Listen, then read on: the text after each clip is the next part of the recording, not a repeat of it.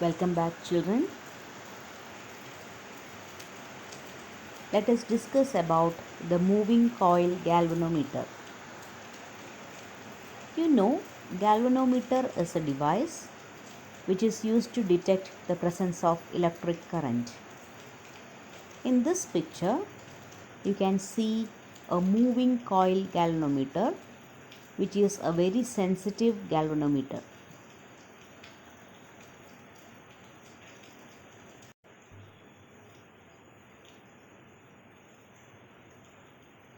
From this diagram, we can see that the rectangular coil is wound on a cylindrical soft iron piece which is kept in between the pole pieces. A spring is attached in the connecting parts to make the current flow into and out of the galvanometer. The purpose of soft iron piece is that it makes the magnetic field always radial so that the angle between the normal to the plane of the coil and the magnetic field is always 90 degree. A pointer is attached which moves along a scale to give the reading of the galvanometer. So from the top view, the plane of the coil PQRS lies along the magnetic lines of force in whichever position the coil comes to rest in equilibrium. So the angle between the plane of the coil and magnetic field is 0 degree, or the angle between normal to the plane of the coil and magnetic field is 90 degree. So sine 90 is equivalent to 1. The coil comes to rest in a position where the deflecting torque is equivalent to the restoring torque. We have already studied that a rectangular coil placed in a region of magnetic field experiences a maximum torque of NIAB, where N represents the number of turns of the coil, I the current passing through it, B the magnetic field, and A the area of the coil. It must be equivalent to the restoring torque K theta, where K is known as the couple per unit twist, or I is equivalent to K divided by NAB into theta.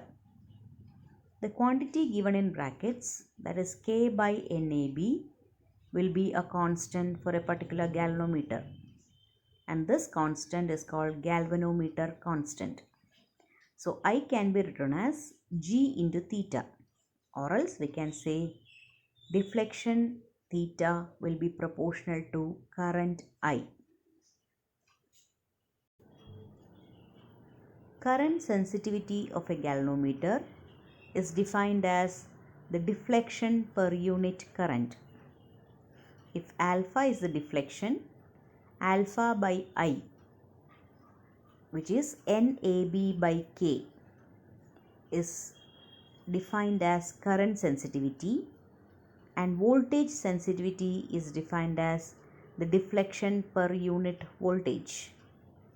In the above equation for current sensitivity, if we substitute I is equivalent to V by R from Ohm's law, we get alpha by V is equivalent to NAB by KR, which is the voltage sensitivity. Now coming to the conversions of galvanometer into ammeter and voltmeter. A galvanometer can be converted to an ammeter by connecting a shunt resistance or a small resistance in parallel to the galvanometer. Similarly, a galvanometer can be converted into a voltmeter by connecting a high resistance in series with the galvanometer. So we had seen, for converting the galvanometer into a voltmeter, a high resistance R is connected in series with the galvanometer. Suppose if G is the resistance of the galvanometer, then since these two are connected in series, the total resistance will be R plus G. From Ohm's law, we can write V is equivalent to Ig into R plus G, where Ig is the current flowing through the galvanometer. Rearranging the equation, we can write R is equivalent to V by Ig minus G. Similarly, for converting a galvanometer to an ammeter, we have discussed that a low resistance or shunt resistance must be connected in parallel to the galvanometer. Let R be the shunt resistance. If a total current I flows to this parallel combination, Ig passes through the galvanometer and I minus Ig passes through the shunt resistance R. We know in parallel connection, the voltages across the two devices, that is galvanometer and shunt resistance, must remain the same. So I minus Ig into R must be equivalent to Ig into G, or R is equivalent to Ig by I minus Ig into capital G. Hope you have got an idea about moving coil galvanometer, current sensitivity and voltage sensitivity, and conversion of galvanometer into ammeter and voltmeter. Thank you, dear students.